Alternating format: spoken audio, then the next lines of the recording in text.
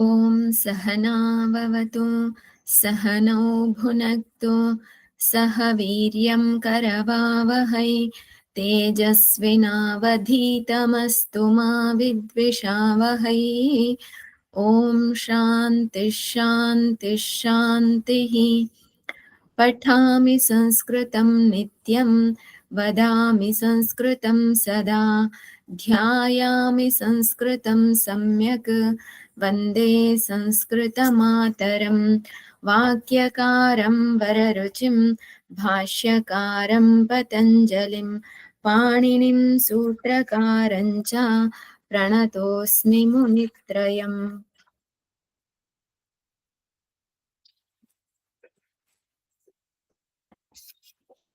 We are seeing the 9th chapter.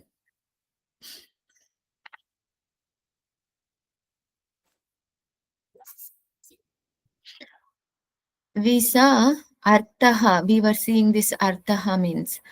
Arthaha, there are three meanings. Artha means. One is, this artha means meaning.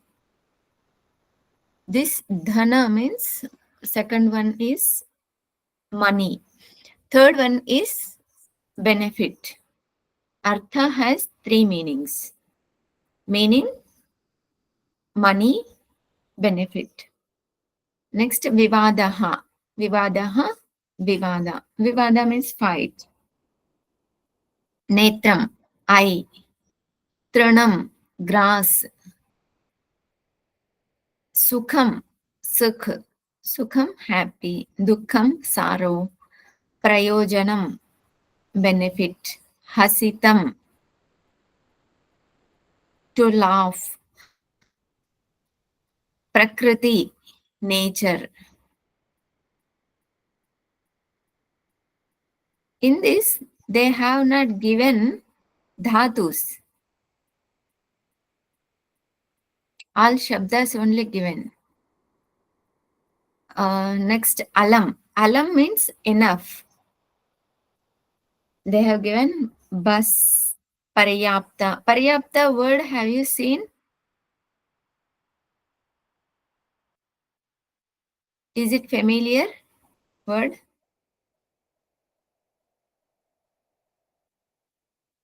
Yes, Purnaji, it is familiar. Where?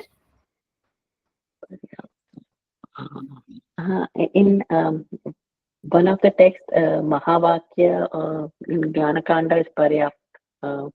Shravanam is Paryaptam. You don't need anything else for. Paryapta kamasya.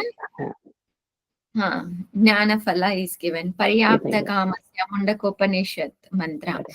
Also in Gita, aparyaptam tadasmakam balam bhimabhirakshitam paryaptam tvidametesham balam bhishmabhirakshitam. Bhishmabhirakshitam is aparyaptam, bhimabhirakshitam is paryaptam. Means enough. Yes, that is Mundaka mantra. This is Gita shloka. Okay. Now let us go through the Guru Shabda.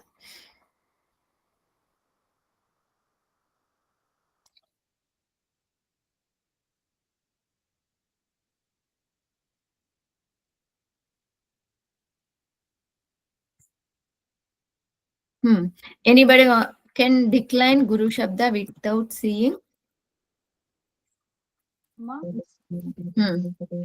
Guru, Guruhu, Guru, Guruvaha, Guru, Guru, Gurun, Guruna, Gurubhyam, Gurubihi, Gurave, Gurubhyam, Gurubhyaha, Guroho, Gurubhyam, Gurubhyaha, Guroho, Gurovoho, Gurunam, Guru, Guroho, Gurushu, He Guru, He Guru, He Guruvaha.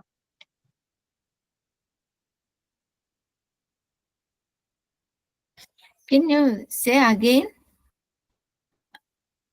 I think something is missed in between. Repeat again. Guruhu, Guru, Guruvaha, Guru, Guru, Gurun, Guruna, Gurubhyam, Gurubihi, Gurave, Not Gurubhyam, Gurubhyam. Gurubhyam, गुरुभिः Hmm. गुरवे गुरुभ्यां गुरुभ्यः गुरोः Gurubhya. गुरुभ्यां Why there is Rukara Dirgha? No, the Rukara Dirgha is not there. Gurubhyam, Gurubhyam. Hrasva. Gurubhyam is Hrasva. गुरुभिः Panchami. गुरवे पञ्चमी गुरोः गुरुभ्यां गुरुभ्यः गुरोः गुरवोः गुरूणां Dvivachanam is what? गुरवोः um Guravoho. Um Gurvoho. गुरुवोः sorry Not गुरुवोः Guravoho. Gurvoho. गुरुवोः गुरूणां गुरौ गुरुवोः गुरुषु हे गुरो हे गुरु हे गुरवः Okay, next shabdas which are given here. Guru shabda, then Bhanu.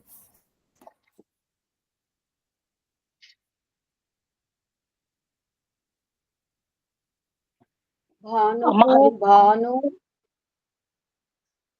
भानवः भानुं Bhanu भानून् भानुना भानुभ्यां भानुभिः भानवे भानुभ्यां भानुभ्यः भानोः What is the Bahuvachanam? भानुभ्यः भानोः भानुभ्यां भानुभ्यः भानोः भान्वोः भानुना भानौ भान्वोः भानुषु हे भानो हे भानु हे भानवः Sambodhana Dvitiya is what? हे भानु Hrasva or Dirgha? ह्रस्व Dirgha. Okay Next. Bhanu Shabda. Next. Indu Shabda. అమ్మ హరి అమ్మ హిందూ శబ్ద చెప్తా అమ్మ ఇందుహు ఇందు ఇందవః ఇందుం ఇందు ఇందూన్ ఇందూనా ఇందుభ్యాం ఇందుభిః Induna. No. Tritiya Ekavachanam. ఇందున Induna. ఇందునా ఇందునా ఇందుభ్యాం ఇందుభిః ఇందవే ఇందుభ్యాం ఇందుభ్యః ఇందవోః ఇందుభ్యాం ఇందుభ్యః ఇందవోః Indu No. ఇందోః Not Indavoho. Indoho. ఇందోః ఇందవోః Not Indu Indavo. Indvoho. ఇంద్వోః Indvoho. ఇంద్వోః ఇంద్వోః ఇందూనాం ఇందౌ ఇంద్వోః ఇందుషు hey Hindu hey Hindu hey ఇందవః Next.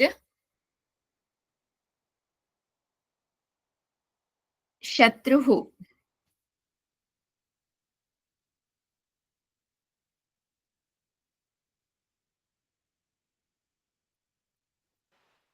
शत्रुः शत्रु शत्रवः शत्रुं शत्रु शत्रून् शत्रुना शत्रुभ्यां शत्रुभिः शत्रवे शत्रुभ्यां शत्रुभ्यः शत्रोः शत्रुभ्यां शत्रुभ्यः शत्रोः शत्वोः शत्रूणां शत्रौ शत्वोः शत्रुषु हे शत्रौ हे शत्रु हे शत्रवः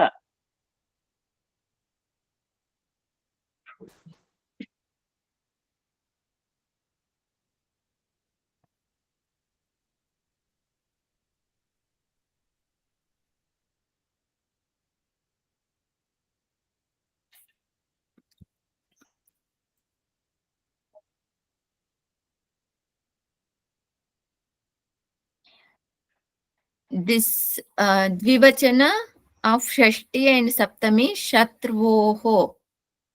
Shatruvoho. Shatruvoho. Ha. Shatruvoho. Tra and Va. Vo. Ha. Of Shatruvoho. and Shatruvoho. Next. Shishuhu. शिशुः शिशु शिशवः शिशुं शिशु शिशून् शिशुना शिशुभ्यां शिशुभिः शिशवे शिशुभ्यां शिशुभ्यः शिशोः शिशुभ्यां शिशुभ्यः शिशोः शिश्वोः शिशुनां शिशौ Shishunam. Shishunam. Dirgha.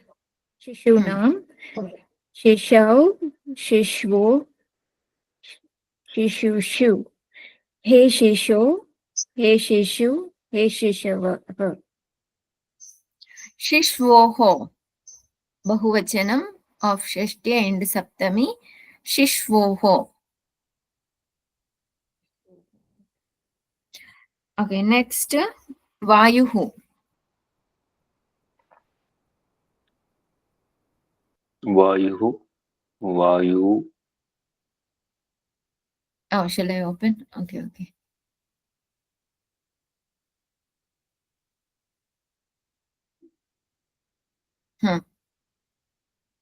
Please continue. Vayuhu, Vayu, Vayavaha, Vayum, Vayu, Vayun, Vayuna, Vayubhyam, Vayubhi, Vayave, Vayubhyam, Vayubhyaha, Vayoho, Vayubhyam, Vayubhyaha, Vayoho, Vayavoho, Vayunam, Vayo, Vayoho, Vayushu, He Vayo, He Vayu, He Vayavaha. Next, anybody? Kavya is there? हाँ माँ हरि ओम माँ Pashuhu. पशुः पशु पशुवः Pashavaha. पशवः पशु पशु पशून् पशूनां पशुभ्यां पशुभिः पशवे पशुभ्यां पशुभ्यः पशोः पशुभ्यां पशुभ्यः पशोः पशुवोः पशूनां पशौ पशवोः Pashvoho. पशवोः पशुषु हे पशु हे पशो हे पशु हे पशुवः He Pashavaha. हे पशवः Kavya, आम् if you don't understand Telugu, you can ask Shivananji. He is from Kannada only. Okay మా అంటే వాళ్ళది ఏ ఊరమ్మా నాకు తెలీదు. ఓకే మా ఓకే మా Kannada, I know that much. Okay మా Next, okay, Taruhu, Sadhuhu, all are similar. Kanaha. These all are from Kanaha onwards. So you have to decline without seeing. Who wants to decline? Kanaha. कानः कानौ कानाः कानं कानौ कानान् कानेन कानाभ्यां कानैः कानाय कानाभ्यां कानेभ्यः कानात् कानाभ्यां कानेभ्यः कानस्य कानयोः कानानां काने कानयोः कानेषु हे काना हे कानौ हे कानाः Good. Next, Karnaha.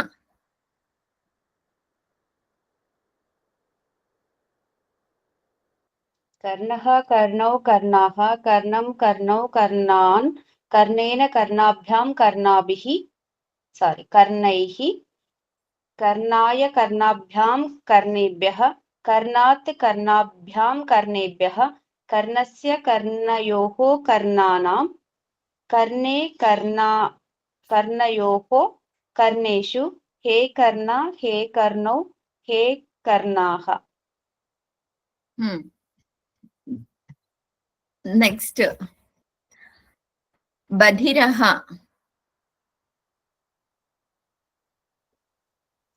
बधिरः बधिरौ बधिराः బధిరాణం అమ్మ రామశబ్దం లాగే కదమ్మా అది. ఏ శబ్ద it should be like which శబ్ద?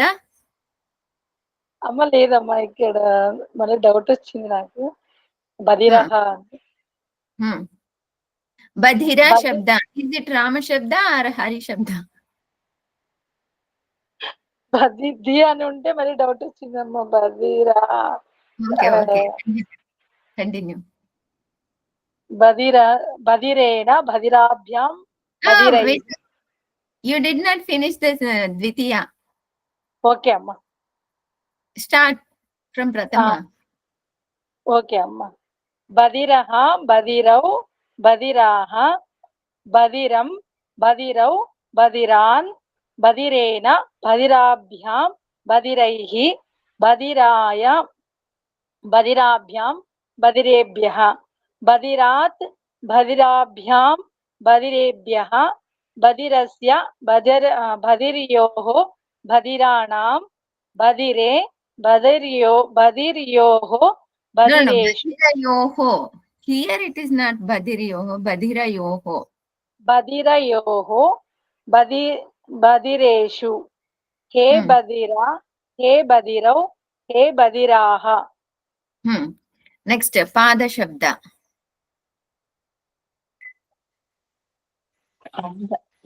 पादः पादौ पादाः पादं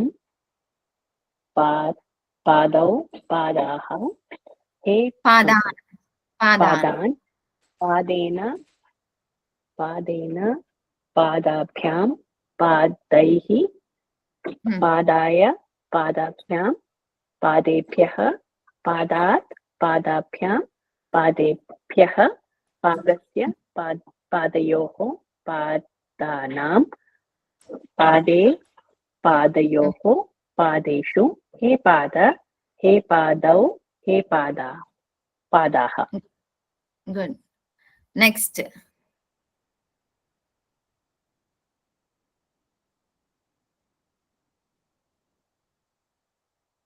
If you feel Khanja Shabda is difficult to pronounce, then you can do Shabda.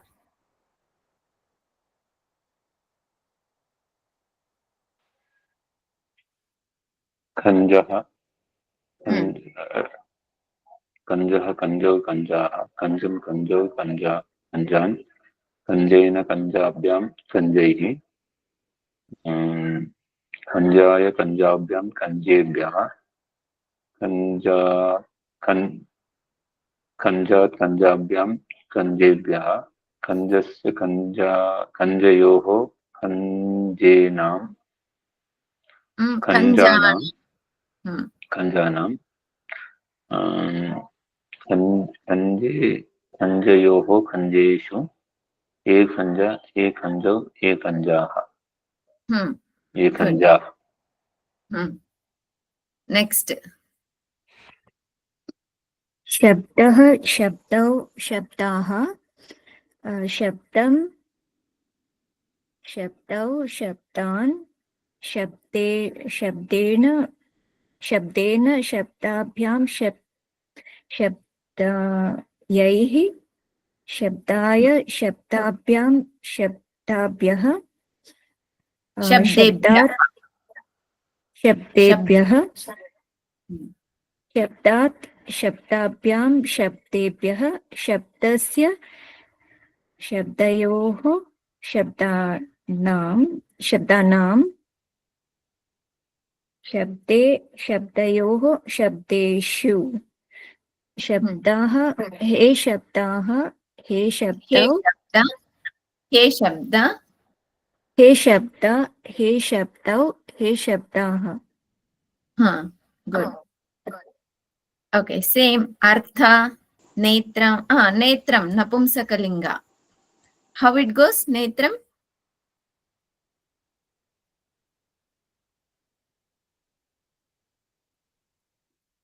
Netram, netre, Jnanam cha. netra.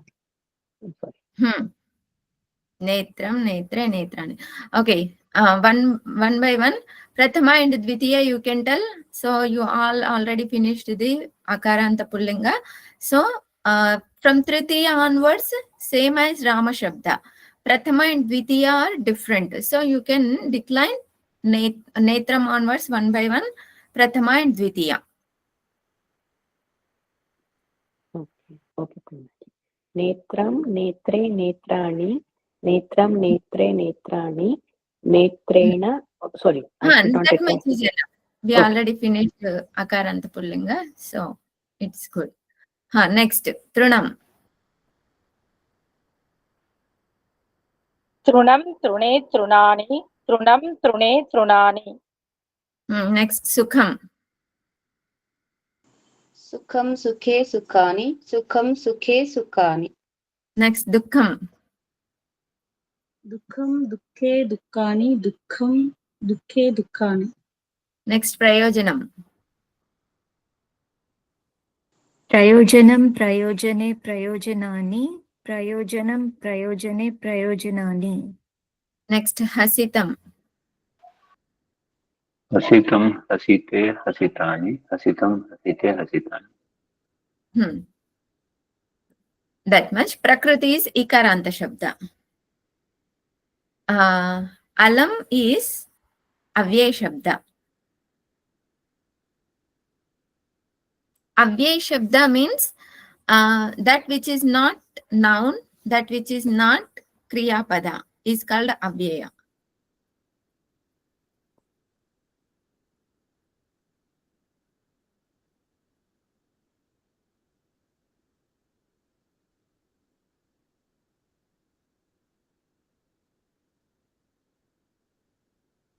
Oh, Prakriti is like Mati, but we did not do Prakriti is Strilinga Shabda. We did not do Mati, they have given Mativat. Okay, I'll show you Mati.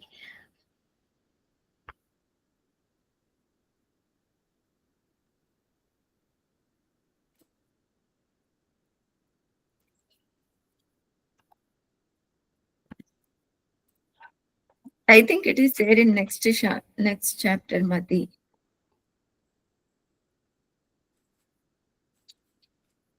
Did we see already Mati Shabda? No. Then next chapter also they did not give.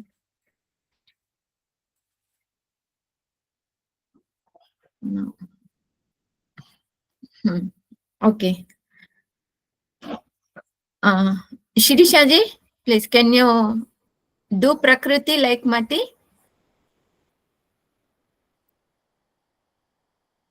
प्रकृतिः प्रकृति प्रकृतयः प्रकृतिं प्रकृति प्रकृतिः प्रकृत्य प्रकृतिभ्यां प्रकृतिभिः प्रकृते प्रकृतिभ्यां प्रकृतिभ्यः Prakritaye. प्रकृतये प्रकृतिभ्यां प्रकृतिभ्यः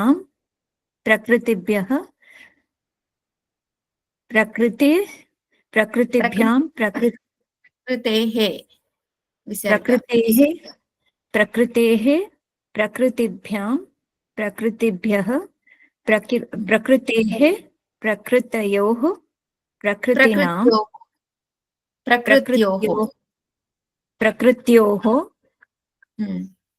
प्रकृतीनां Prakritinam. प्रकृतीनां प्रकृतौ प्रकृत्योः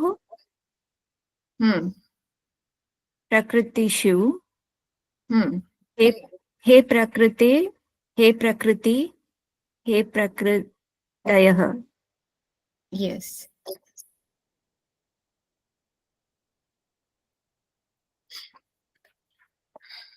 Up to this is clear, right?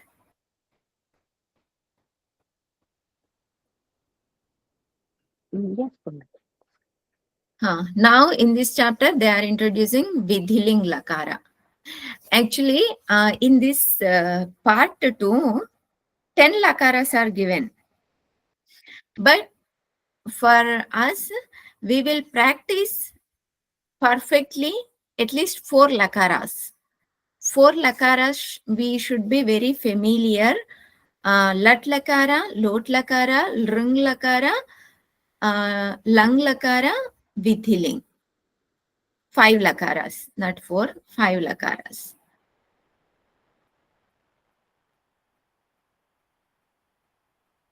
Because when we read, we should be able to recognize which lakara, or at least we should be able to know this is Kriya Pada. I have to look for Dhatu Pata. Look into Dhatu Pata so that I will get the correct form. Purnaji, what's the difference between Vidhiling and Lat Lakara? Lat is Vartamana. Vidhiling is injunction. Lot, There you was- are asking. Yeah, Lot, sorry. Lot, almost both are same. In Lot Lakara, Ajna Vachaka also will be there. It is not only injunction, Ashirvada, Ashirvachana, like that also will be there. Ashirling is different, I think. But Lat, Lot, both are same. We may get the doubt, then why you need another Lakara to make us more to work. So whenever they need less letters, then they will use Vidhiling in a shloka.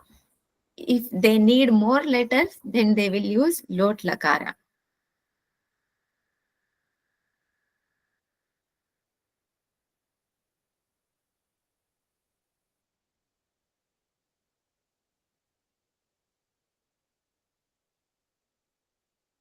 Ashirling is different. Lot and Vidhiling, both are injunction only. Both are same.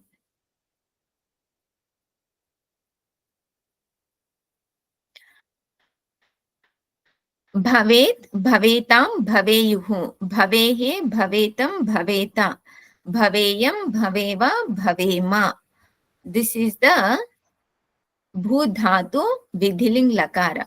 These are the short forms. If you use, it's okay. If you want to use, you can use. Otherwise, you can just follow the Bhudhatu how it is.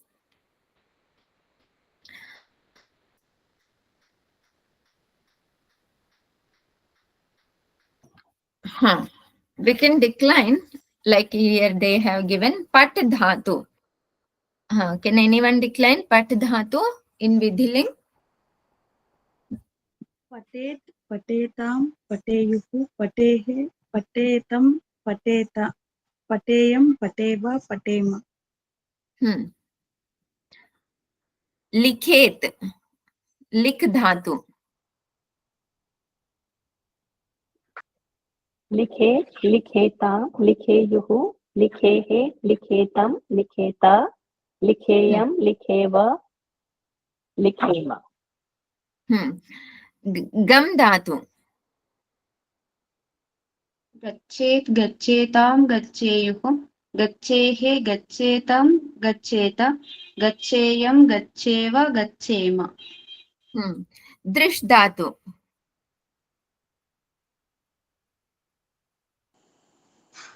पश्येत् पश्येतां पश्येयुः पश्येः पश्येतं पश्येत् पश्येयं पश्येत. पश्येत पश्येयं पश्येव पश्येम.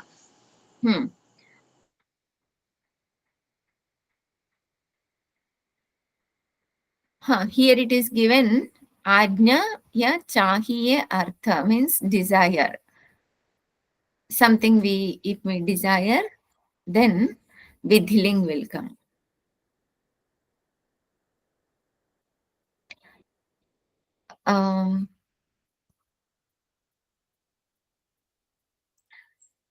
रक्ष धातु.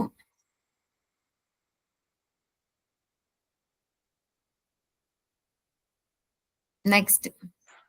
रक्षेत् रक्षेतां रक्षेयुः रक्षे रक्षेः रक्षे रक्षेतं रक्षेता रक्षेयं रक्षेव रक्षेम.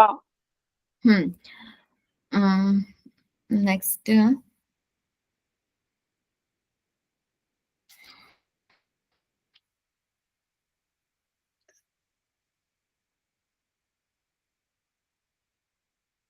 प्रच्छ धातु.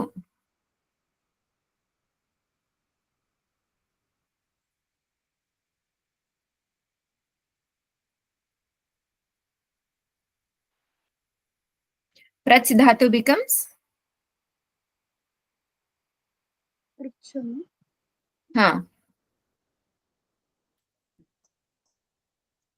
पृच्छेत् पृच्छेतां.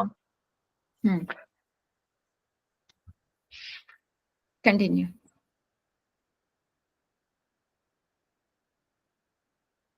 पृच्छेत् पृच्छेतां पृच्छेयुः पृच्छेः पृच्छेत. Let them do. Continue. Who did not done? You already done or not? Who did not do? They can do. पृच्छेत् पृच्छेत् पृच्छेत् पृच्छेत्.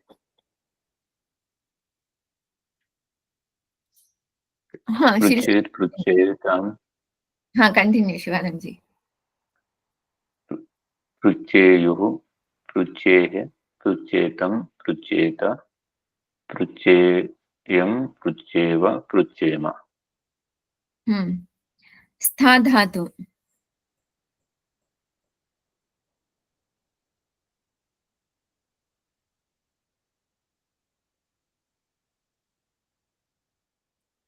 Shirishaji. Stha becomes something else. Punaji. Yes, tishtha. तिष्ठेत् तिष्ठेतां तिष्ठेयुः तिष्ठेः तिष्ठेतं तिष्ठेत तिष्ठेयं तिष्ठेव तिष्ठेम.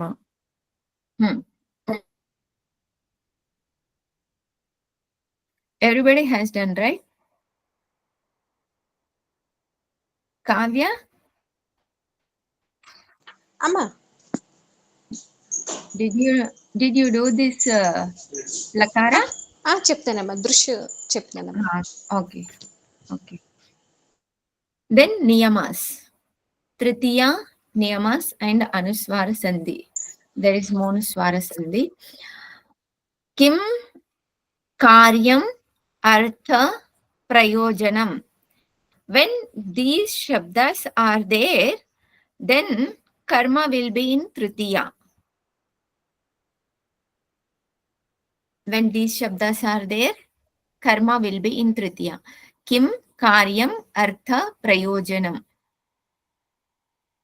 Examples are given.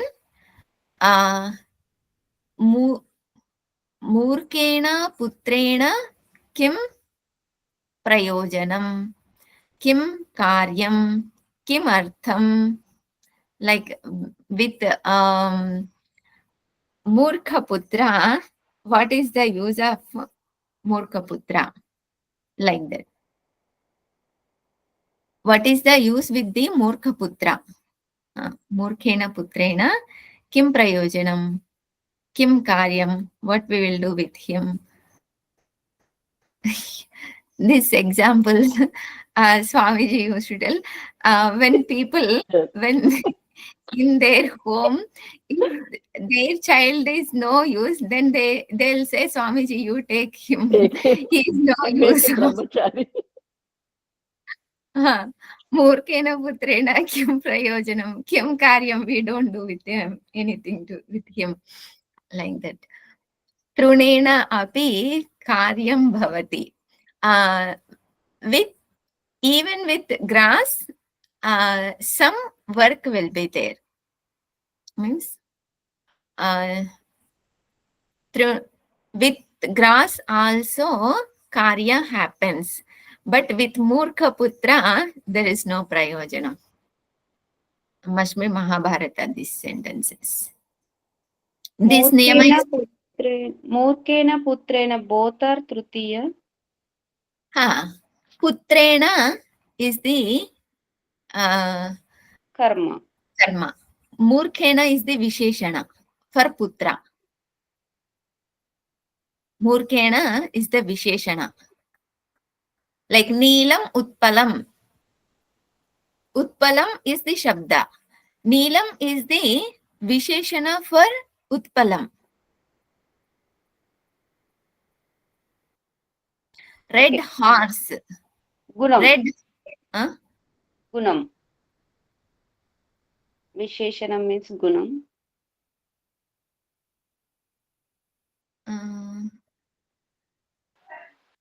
Adjective. Adjective, yes. Adjective. It's not guna. Guna means attribute. And in Telugu also there is visheshana only. There is no other word. Visheshana, visheshya, like that. I'll think about it, how to explain in Telugu. So this is the visheshana. Murkhena is the visheshana for putrena.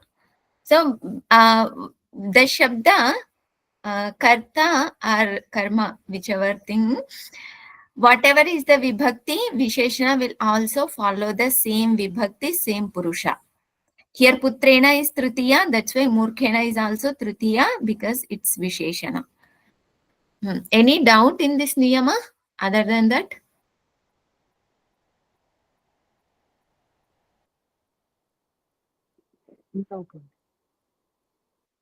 Okay. There was a question about the hetu.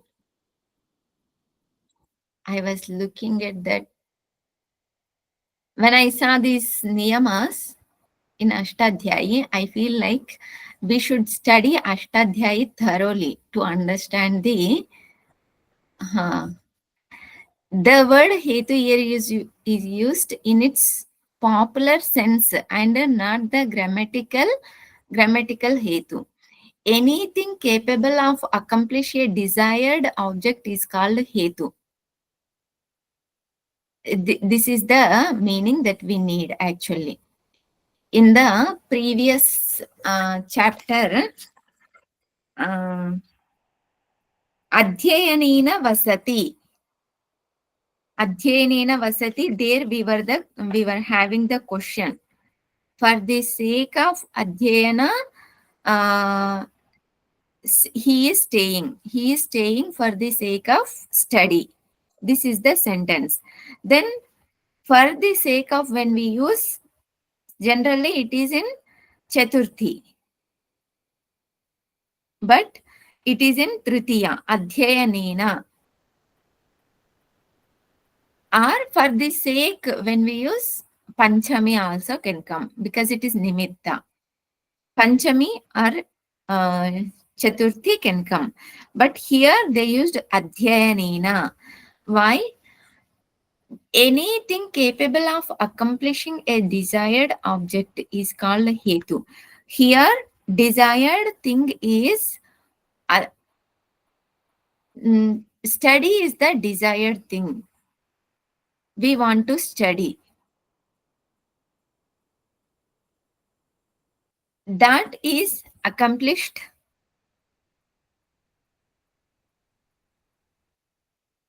through adhyayana. We want the knowledge. That knowledge we are getting through adhyayana, study. So that's why it is in hetu. That's why this hetu is in tritiya. I don't know how much you understood, but this the number is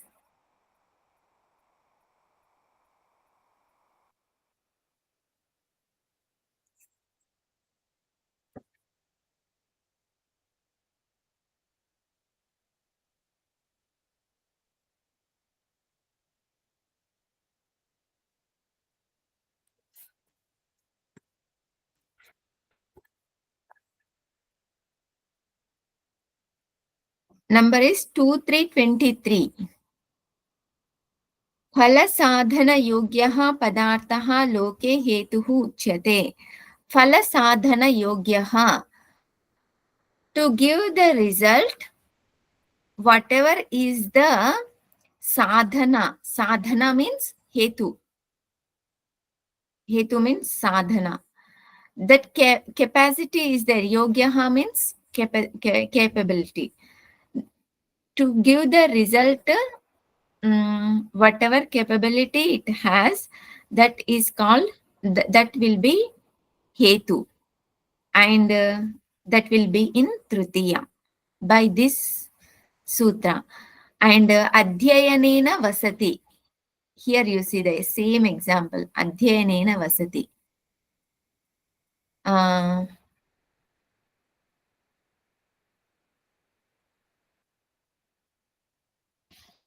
हेत्वर्थे तृतीया स्यात्. Somebody was asking how to look at the meaning and all.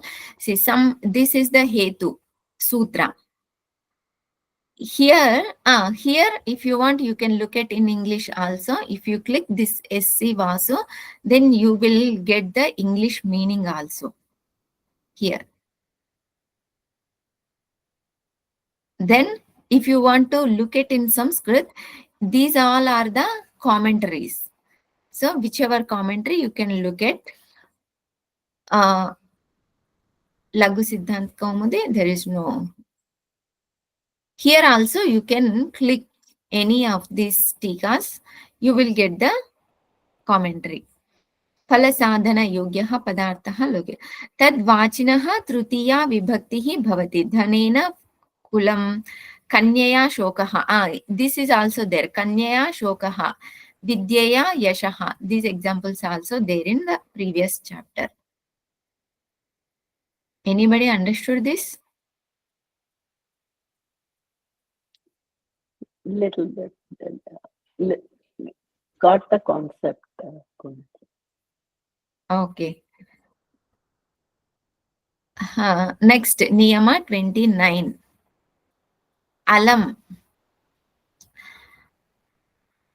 Whenever this alam shabda comes, then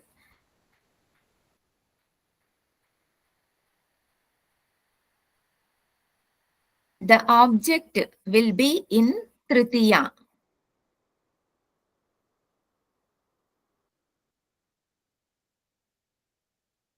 Alam hasitena. Alam vivadena.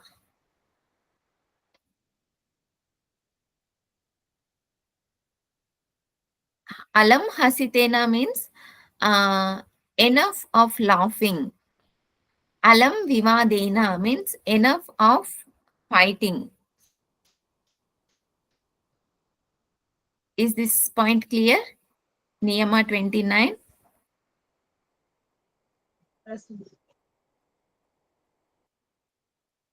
Everybody? Yes, Punit.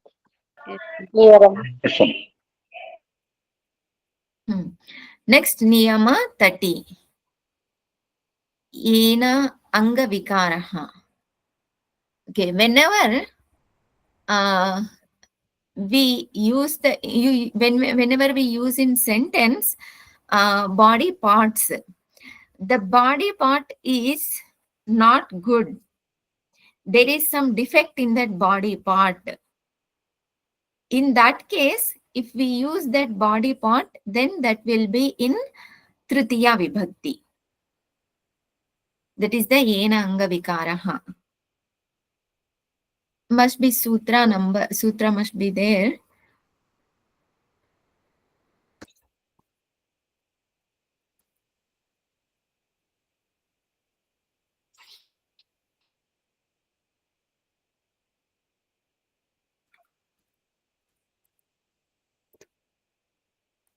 Enanga Vikaraha. 2, 3, 20. These sutras you can use because Niyama also you understand the Niyama. And this Niyama you understood? Enanga Vikaraha. Yes. In Swamiji's class, you can use these sutras, whatever sutras comes here.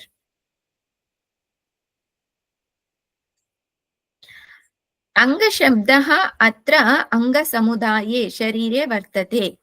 Anga means in the body, whatever parts are there, those angas.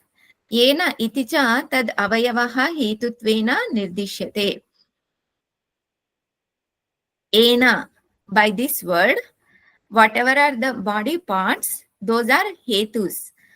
With through hetu, they are nirdishyate, means established. Yena angena vikrutena anginaha vikaraha lakshyate. Any of those angas, vikrutena angena vikaraha lakshyate. If there are some vikaras, then those are called vikruta anga. Tataha tritiya vibhakti bhavati. That's why it is in tritiya vibhakti. Akshna kanaha padena khanjaha panina kuntaha avayava dharmena samudayaha vyapadishyate. Anga vikara itikam, and those things are too heavy. Is this niyama 30 clear?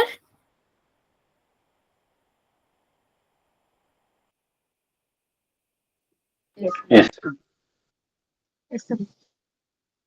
Next 31. Prakrityadibhya upasankhyanam. Prakriti adi shabdas, when it comes, then whatever is the visheshana of that kriya, that will be in tritiya vibhakti.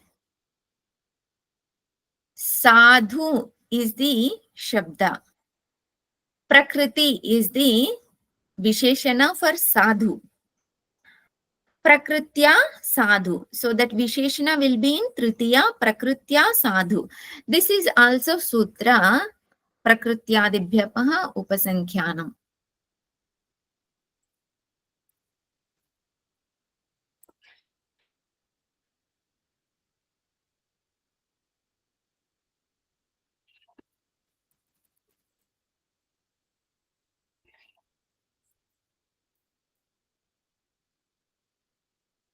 This is Martika. Kartru karanayoho tritiya. We are very familiar with this sutra. Kartru karanayoho tritiya. Kartari karanecha karake tritiya vibhaktihi bhavati. Karta, karana, mariyu karaka. All will be in tritiya. Karaka, you know? What are the karakas?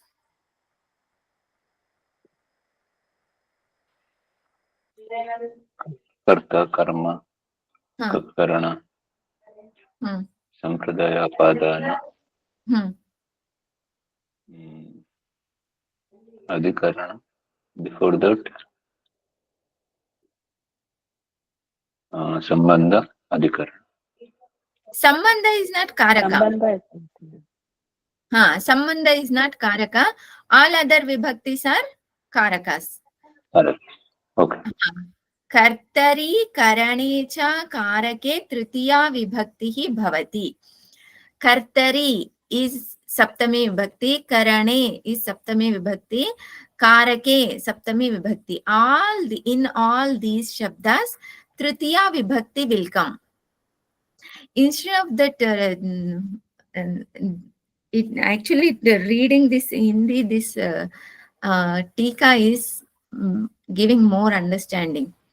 In Karta, in Karana, in Karaka, in all these things, Tritiya Vibhakti will come. Devadattena Krutam, Yajnadattena Bhuktam, Karane. So this is Karta. Devadattena Krutam, Yajnadattena Bhuktam. Those are Karta. Karane. Datrena Lunati, Parashuna Chinati. These are Karana. Karana will be in Tritiya. These two are karta in tritiya. Tritiya vidhane prakrityadibhya upasankhyanam. Prakrityabhirupaha. Prakritya darshaniyaha. This is tritiya vibhakti. Prayena yajnikaha. Prayena vayyakaranaha. Gargyo asmi gatrena. You can get the doubt which shabdas we should be using tritiya. For that, this prakrityadibhya upasankhyanam vartika is there. This is vartika. Vartika means vartika, you know, I don't need to explain. Prakrityadibhya upasankhyanam. Prakrityadi gana. There are some shabdas in that gana. So those shabdas only will get tritiya vibhakti, not all shabdas. So what are those shabdas? It is not given. Prakritya charuhu, prayena yajnikaha, gotrena gargyaha, samena eti, vishamena eti, द्विद्रोणेन धान्यं क्रीणाति, सुखेन दुःखेन वा यति इत्यादि. याति, sorry, not yati, yati इत्यादि. So prakrityadi shabdas will get tritiya vibhakti. Is it clear? When it is visheshana, kriya visheshana, then it will get tritiya. Karta can be in tritiya, karana can be in tritiya, and karakasar can be in tritiya. That means other than sambandha, all shabdas will be in tritiya. Is it clear?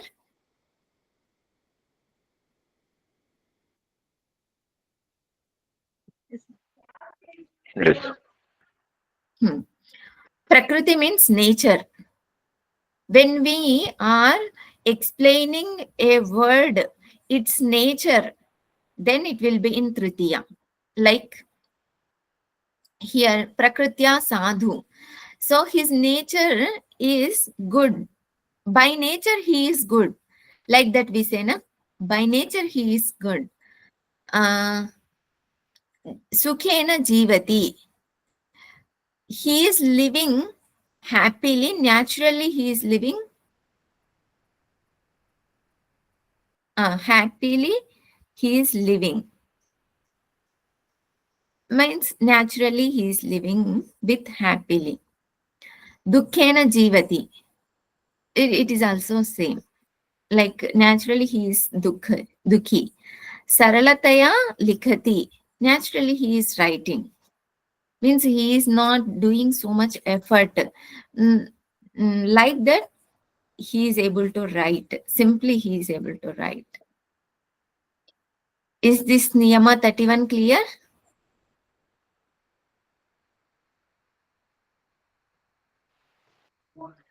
Yes, sir. Yes. Next, 32. Sandhi. Monuswaraha.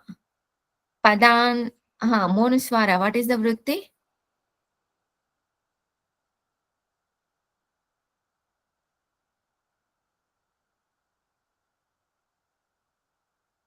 Anyone can explain in English? Those who already studied this.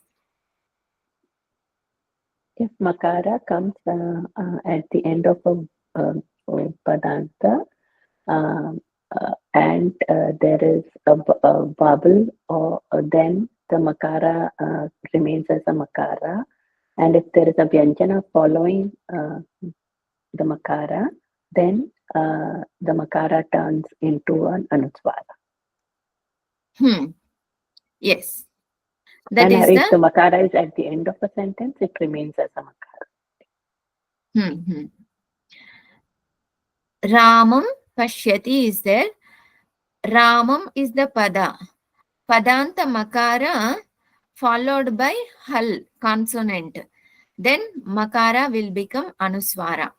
Ramam pashyati. If it is followed by aka, aha, and vowel, then it won't change into anuswara.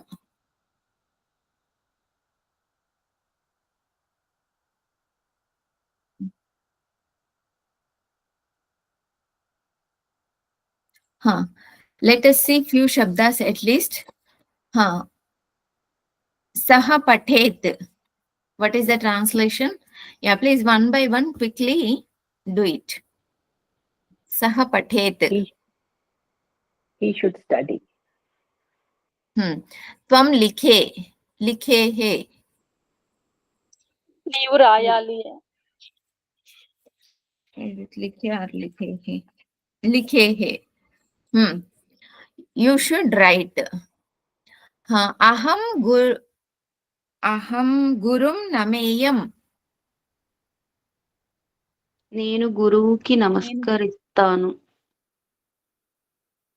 Nameyam is which lakara? నమస్కరించాలి అని. I should do namaskar to Guru. Okay.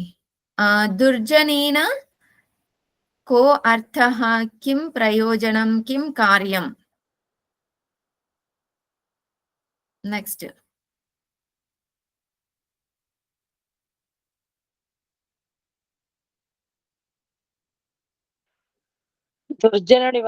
దుర్జనునితో ఏమి ప్రయోజనం?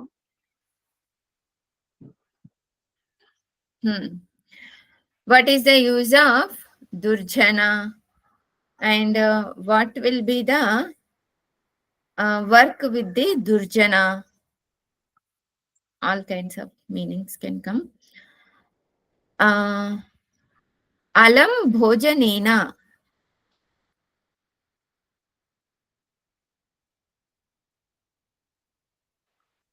Stop eating food. Stop eating food. Or stop eating dinner. Enough eating. Enough of eating.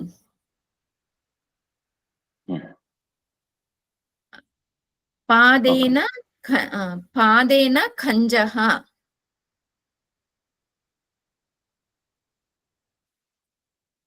By walking, he is handicapped.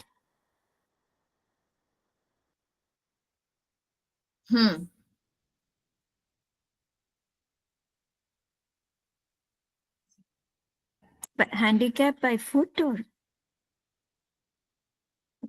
by legs? Yeah, we can use legs. Padena, leg. Ekavachanam, we can use leg.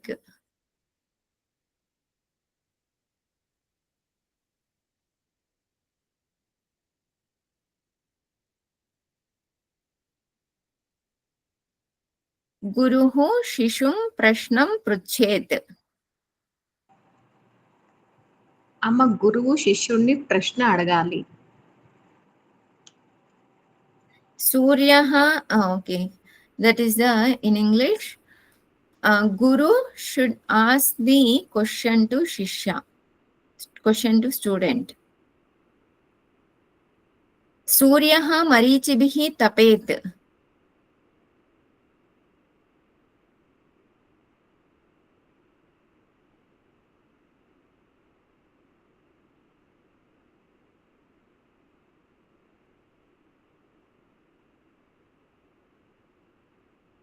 Suryaha marichibhi tapet.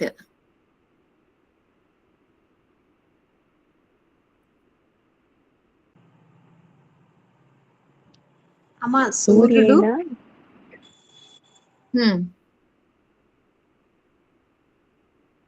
Aparna ji. Should I be translating it in English? Yes. English. Okay. The green chilies are getting scorched in the sun, or should be scorched in the sun. Green chilies, where it has come? Marichibihi, right? The rays, sun rays. Oh, sorry. Okay. The sun rays are scorching him. Or Can you repeat the sentence? sun rays scorched him. Tapet, right? Sun should Rays. Sun should scorch.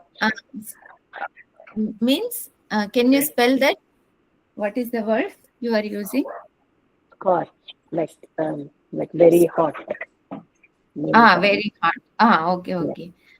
Scorched by The sun rays. Yeah. By this. Induhu sudha varshet. చంద్రుడు అమృతమును వర్షించాలి. కురిపించాలి.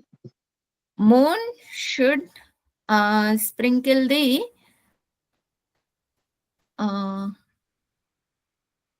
amritam. What is in English?